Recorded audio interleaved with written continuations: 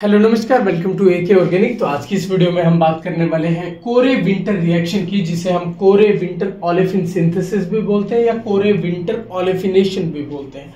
सो देखो, इस रिएक्शन में हमारे पास जो सबस्ट्रेट होने वाला है वो हमेशा होने वाला है sin-1,2 डायोल। ठीक है, सो sin-1,2 डायोल हमारे पास होगा। उसकी ट्रीटमेंट सबसे पहले हम करने वाले हैं थायोफॉस्जीन से। आपको पता है फॉस्जीन क्या होती है? C+O Cl यानी COCl2 फॉस्जीन होती है, लेकिन हमें यहाँ थायोफॉस्जीन लेनी है, यानी ऑक्सीजन की जगह सल्फर आ जाएगा।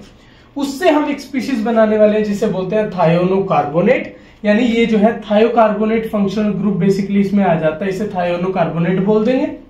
देन उसकी ट्रीटमेंट हम जो है किसी भी फॉस्फेन के कंपाउंड से करने वाले हैं। यूजुअली जो हम लेते हैं वो लेते हैं ट्राइमिथाइल फॉस्फाइड, या यहाँ पर जो है इथाइल ग्रुप भी ले सकते हैं, ट्राई इथाइल फॉस्फाइड, और उसकी रिएक्शन से हम एल्कीन की जनरेशन करने वाले हैं। यानी फाइनल प्रोडक्ट हमें क्या मिलने वाला है? हम शुरू हुए थे sin-1,2 डायोल से और हमें मिली है एल्कीन। तो एल्कीन की फॉर्मेशन हो रही है, इसलिए इस रिएक्शन को हम कोरे विंटर ओलेफिन सिंथेसिस बोल रहे हैं, बिकॉज ओलेफिन यानी एल्कीन की सिंथेसिस हो रही है। अब देखो, ये रिएक्शन होगी सिंपल। अब इसमें जो है ये जो थायोफॉस्जीन हमने लिया है, क्योंकि ये टॉक्सिक होता है, जैसे फोस्जीन होता है वैसे ये हाईली टॉक्सिक होता है, तो इसका अल्टरनेटिव भी आपको क्वेश्चन में दिया जा सकता है। उसका अल्टरनेटिव क्या? TCDI यानी थायोकार्बोनिल डाइइमिडाजोल। तो यहाँ पर C+S तो होगा ही, यहाँ पर इमिडाजोल रिंग और इस साइड भी इमिडाजोल रिंग हो गई, यानी 2 क्लोरीन सब्स्टिट्यूएंट की जगह आपको इमिडाजोल रिंग मिल जाएंगे। इसका जो है सेफर अल्टरनेटिव है TCDI। ठीक है, वो भी आपको क्वेश्चन में दिया जा सकता है। देन ये स्पीशीज तो बन जाएगी। अब यहाँ पर देखो, मैंने आपको बताया कि ट्राइमिथाइल फॉस्फाइड भी यूज कर सकते हैं, इसके अलावा ट्राई इथाइल फॉस्फाइड भी आप यूज कर सकते हो, लेकिन इसकी डिकम्पोजिशन इसकी प्रेजेंस में जो है हीटिंग कंडीशन में होती है। चाहे आप ट्राई इथाइल ले लो, चाहे ट्राइमिथाइल फॉस्फाइड ले लो, लगभग 100 से 130 डिग्री सेल्सियस तक टेम्परेचर होना चाहिए, तभी ये डिकम्पोज होकर ये बनाएगा। लेकिन इसके अलावा जो है हम इस रिएजेंट का भी यूज कर सकते हैं। देखो यहाँ पर जो फॉस्फोरस हमारा है, एक तरफ ये फिनाइल सब्स्टिट्यूएंट और यहाँ पर NMe सब्स्टिट्यूएंट से अटैच है। तो अगर हम इस रिएजेंट का यूज करते हैं इंस्टेड ऑफ दीज रिएजेंट, तो हमारे पास 25 से 40 डिग्री सेल्सियस पर ही रिएक्शन हो जाती है, यानी माइल्ड रिएक्शन कंडीशन में रिएक्शन हो जाएगी। और अगर माइल्ड रिएक्शन कंडीशन में यानी हीटिंग जो है हमें बहुत कम करनी पड़ रही है, तो जो हीट सेंसिटिव फंक्शनल ग्रुप है ना या मॉलिक्यूल्स हैं, उनकी डिकम्पोजिशन से भी हम एल्कीन बना सकते हैं। क्योंकि यहाँ पर हीटिंग हो रही है, तो कुछ एक फंक्शनल ग्रुप क्या होते हैं? हीट सेंसिटिव होते हैं, तो हीटिंग कंडीशन में जो है इतनी हाई हीट में जो है वो डिकम्पोज हो सकते हैं। सो उस सिचुएशन में हम इस रिएजेंट का यहाँ पर यूज करके रिस्पेक्टिव एल्कीन बना सकते हैं। तो अब देखो इसका मैकेनिज्म क्या होने वाला है। यहाँ पर जो है sin-डायोल हमारे पास है, इसके साथ रिएक्शन हो रही है थायोफॉस्जीन के साथ। तो सबसे पहले क्या होगा, ये इस पे अटैक करेंगे, ये इलेक्ट्रॉन यहाँ जाएंगे, ये इलेक्ट्रॉन वापस आएंगे Cl नेगेटिव सिस्टम से बाहर, यहाँ से HCl निकल जाएगा हमारे पास, ये स्पीशीज बन गई। वंस अगेन ये ऑक्सीजन इस पे अटैक करेगा, ये इलेक्ट्रॉन यहाँ गए, ये वापिस आए और Cl नेगेटिव यानी HCl यहाँ से भी निकल गया, और थायोकार्बोनेट स्पीशीज की जनरेशन हमारे पास इन दोनों की रिएक्शन से होगी। ठीक है, अब यहाँ पर जो है ये स्पीशीज, अब इसके साथ मैकेनिज्म दिखा रहा हूं, इथाइल के साथ भी ऑब्वियसली सेम मैकेनिज्म रहने वाला है, इसके साथ भी सेम मैकेनिज्म रहने वाला है। तो यहाँ पर क्या होने वाला है कि ये जो फॉस्फोरस है जिसके पास ये लोन पेयर ऑफ इलेक्ट्रॉन्स है, ये नॉन बॉन्डिंग इलेक्ट्रॉन है, ये सल्फर पे अटैक करेगा, क्योंकि फॉस्फोरस और सल्फर बॉन्ड जो है काफी स्ट्रॉन्ग बॉन्ड होती है और यहाँ पर वही डिराइविंग फोर्स होने वाली है। तो यहाँ पर जो है ये इलेक्ट्रॉन कार्बन पर शिफ्ट होके कार्बोनाइन स्पीशीज बना लेते हैं। अब देखो ये फॉस्फोरस ने अटैक किया सल्फर पे, फॉस्फोरस ने सल्फर पे अटैक किया, इस पे पॉजिटिव चार्ज आएगा, कार्बन के पास नेगेटिव चार्ज आएगा।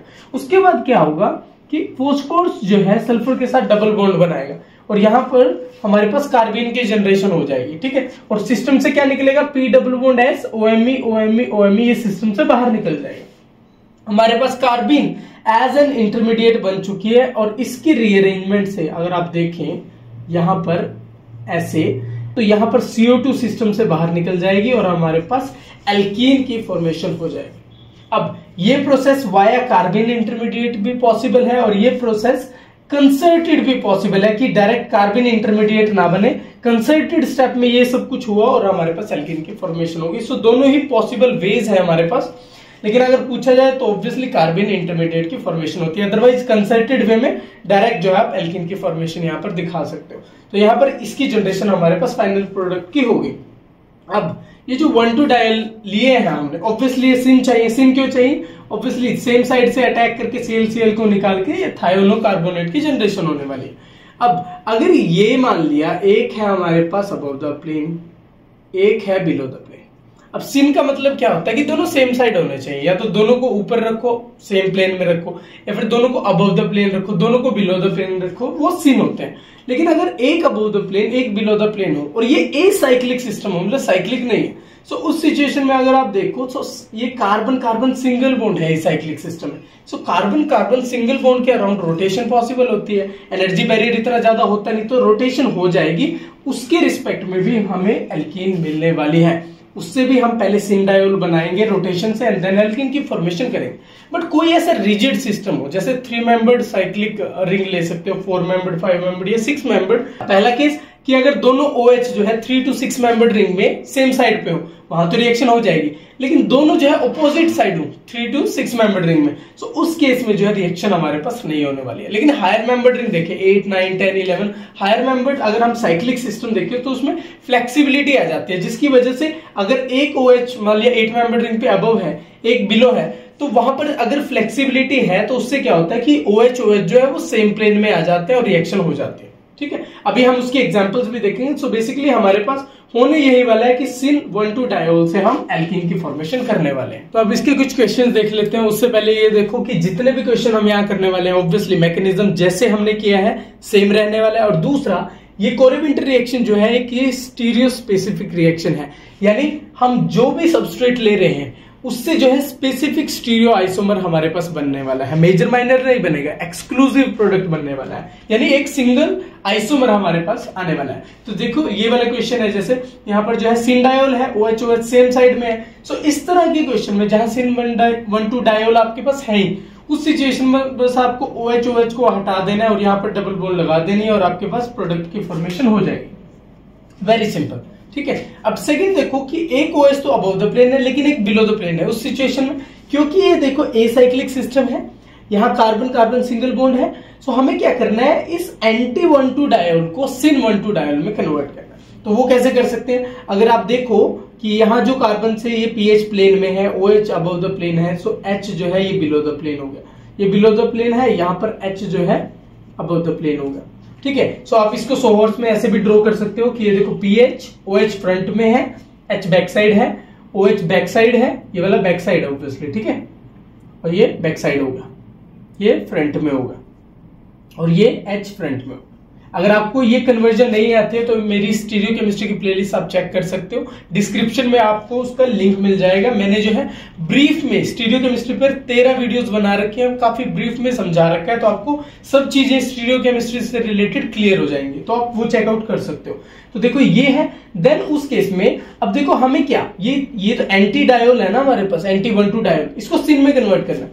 सो ऑब्वियसली अब हम कार्बन कार्बन बॉन्ड के अराउंड रोटेशन करने वाले। सो अगर हम इस कार्बन को देखें, इन सब्स्टिट्यूएंट को 180 डिग्री रोटेट करें तो ये OH जो है इस तरफ आ जाएगा, ये फिनाइल नीचे की तरफ और ये H इस तरफ आ जाएगा। तो आपको देखो इस तरह की जो है कॉन्फ़िगरेशन मतलब कन्फर्मेशन मिलने वाली है।